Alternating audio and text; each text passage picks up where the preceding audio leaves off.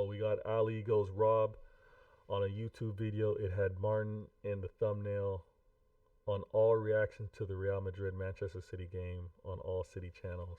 For real. Okay, that's interesting. Oh, Rob says he saw that. Rob goes, want to get, I want Vader to get big.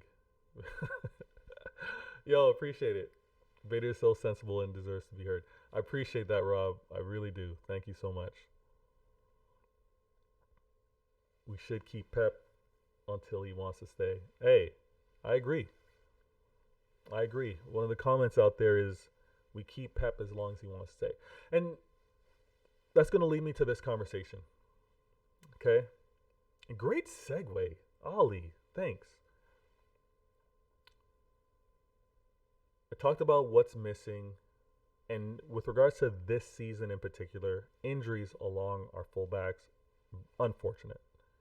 Not replacing Aguero, not replacing Ferran Torres, unfortunate. Business decisions at the end of the day, right?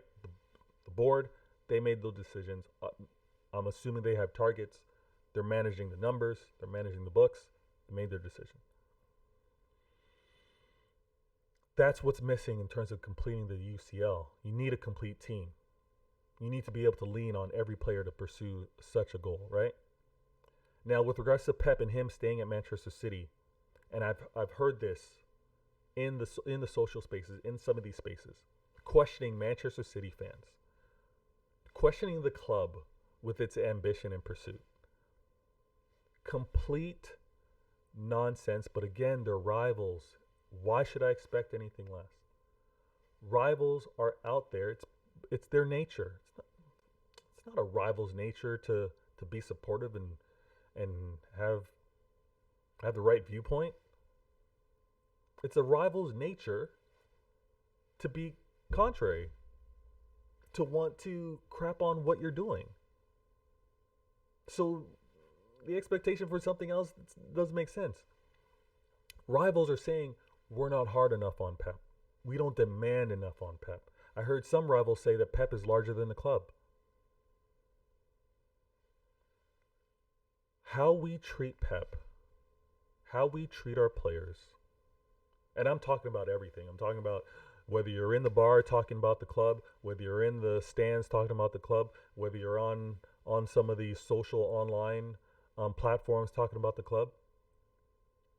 How Manchester City fans as a whole, as a group, as little as you may want to say we are, our reaction to our manager, our reaction to our club is how we do it. It does not, there's no correlation. It does not equal ambition, love, or hurt with regards to poor performances. How we're maybe not as expressive or not as loud. It's not a reflection of our club our fans not being ambitious, or our fans not wanting more in terms of the players and the performance. How we deal with it is going to be different than Manchester United. 100%. Manchester City will not be like Manchester United. Why would we? Manchester City is not going to be like Liverpool fans. We complain about them all the time. Why would we also mirror what they do? I'm not going to be like Arsenal.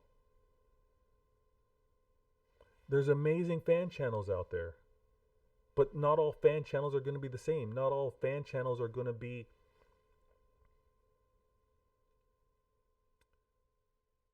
I'm going to stop myself, actually, because there's no right way of saying this. How we criticize our club, our manager, our players is how we do it. But because it doesn't mirror what the rivals do, it's not one's wrong, one's right. It is not one's wrong, one's right. If you guys have heard this for the first time, I'm educating you. If you've heard it before, cool. Whether you choose to believe me, that's another thing. Manchester City fans want to be successful and it starts at home. It starts at home, from the men's team to the women's team to the youth team. Want to be successful. There's no doubt about that. But it starts locally first. More unique than any other club in this day and age, Manchester City want to be great at home. And as a club, if you want to talk about the club in terms of global presence or global success, yeah, okay. It's young. And for it to pursue things greater or larger, it starts with confidence at home first. So the building of the success of a Mancini, Pellegrini to Pep, whereas Pep is the first manager for repeat title wins, back-to-back title wins. You build off of that success, you grow confidence, you know that you're the best at home, so yes, why can't I be one of the best abroad? How is the expectation to not be one of the best at home and then arrogantly think that you're now the best abroad? It doesn't quite work that way. If you guys are new to the channel, hit that follow button. Again, first things first, my peoples come first. My Manchester City people come first. Rivals, you support the channel. You know what it is. If you continue to follow, I'm going to share a lot more about myself. You know this. We're going to build off this relationship. I'll know more about you via comments. You'll know about me via these videos. I have an athletic background, track and field to be specific. It's no different than any other sport. I cannot confidently say I am the fastest. I would not confidently say that I'm the fastest in my country before I'm the fastest in my city. And after that, I'm not going to confidently say that before I become the fastest in my province or state. That's how it builds, and that analogy reflects on Manchester City. The dominance that's happening domestically is needed, because then it's like we're the big dogs here, and we're also going to prove it on the world stage. So City fans, remain confident in the club and the team and the manager. Build off of it. Don't let these rivals tell you that your ambition isn't big enough or it's not aggressive enough. Your timeline's you're too patient. We don't want the turnstile turnover in terms of managers. Look at Manchester United. They were the North Star, right? They were the pinnacle. They were the example of how to do it with regards to the English Premier League. They had one manager for damn near 2 decades, almost 3 decades. That consistency is a huge reason for success. And if you want to do it efficiently, economically, that's how you're going to want to do it, to keep some consistency, to keep a pattern of development throughout the years. Costs less that way. Other clubs, Chelsea in particular, can turn over managers. Smash and grabs. Different of styles that may not be properly understood or broken down by other rival clubs. So yeah, they can get that quick burn and get those wins, which they've been able to do, not taking anything away from them. That's their style. It's a costly one though. If you want to choose to do that model, be free to do it. How many clubs do that model? Manchester City has their model. It's going to be done this way. Don't let rivals tell you that it's wrong.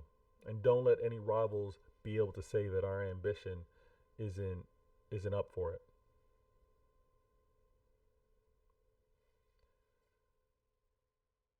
European success is coming. You have to build on it. If our club was stagnant in terms of not improving, maybe they have an argument.